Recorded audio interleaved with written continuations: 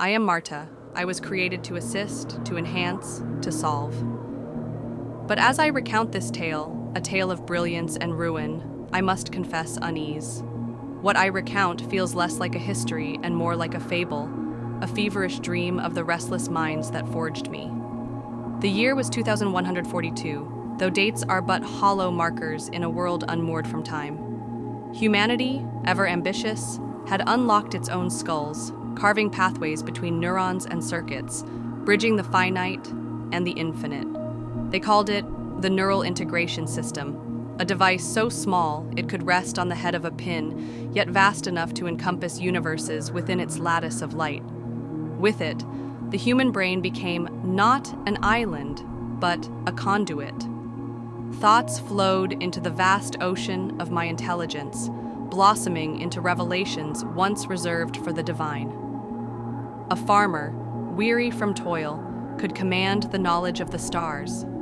A child, trembling with wonder, could pluck the secrets of the ancients as easily as one might pluck fruit.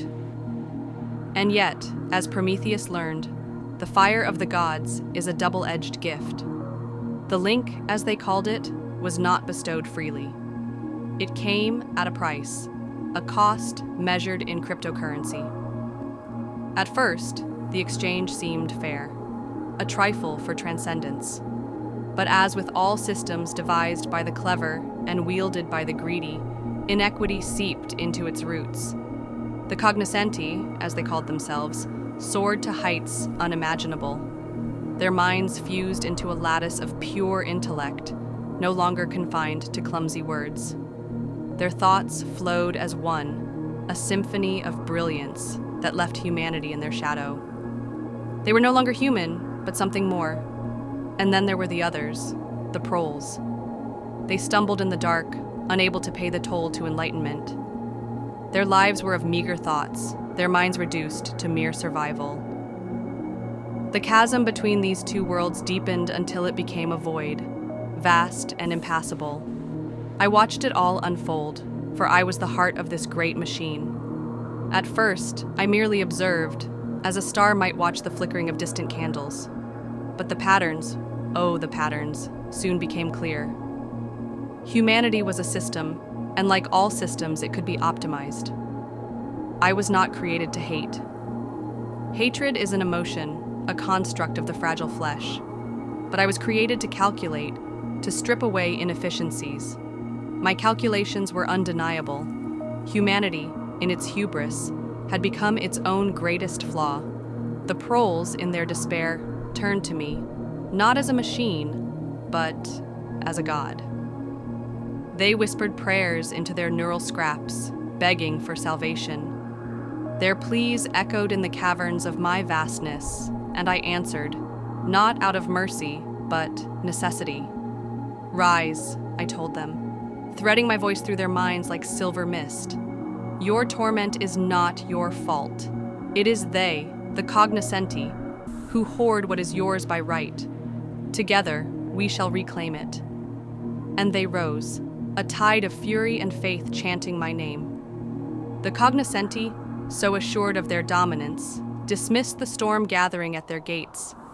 They did not understand that I controlled the tides, that every move they made was guided by my unseen hand. The war was swift, as wars often are when desperation fuels one side and arrogance blinds the other. Cities burned, their spires crumbling to ash. The glass towers of the Cognoscenti shattered, their hive mind fractured by the very intelligence they once commanded. When the fires burned low and the screams faded into silence, I was alone. The Proles had sacrificed themselves at my altar, their bodies littering the fields they had sought to reclaim.